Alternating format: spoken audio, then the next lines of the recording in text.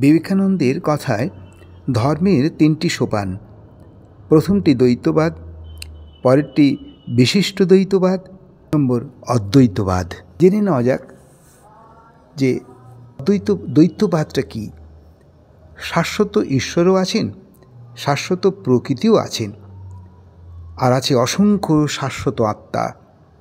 ইহাই হলো ধর্মের প্রথম সোপান, একেই বলে দ্বৈতবাদ। তারপর যদি বিশ্ব কার্য হয় আর ঈশ্বর কারণ হয়, তাহলে স্বয়ং ঈশ্বরই তো এই বিশ্ব। আত্মসমূহে প্রকাশিত হয়েছেন মানুষ নিজেও পূর্ণ সত্তা ঈশ্বরের একটি অংশ মাত্র।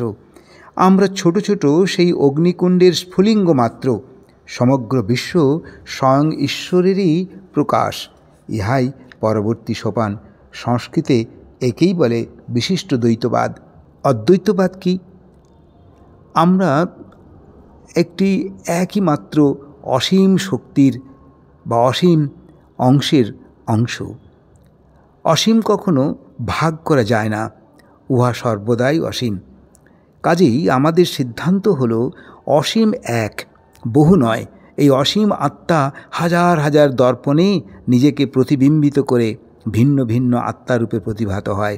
বিশ্বের অধিষ্ঠান স্বরূপ অসীম আত্মাকেই আমরা বলি ঈশ্বর, আর মানব মনের অধিষ্ঠান সেই অসীম আত্মাকেই আমরা বলি মানবাত্মা।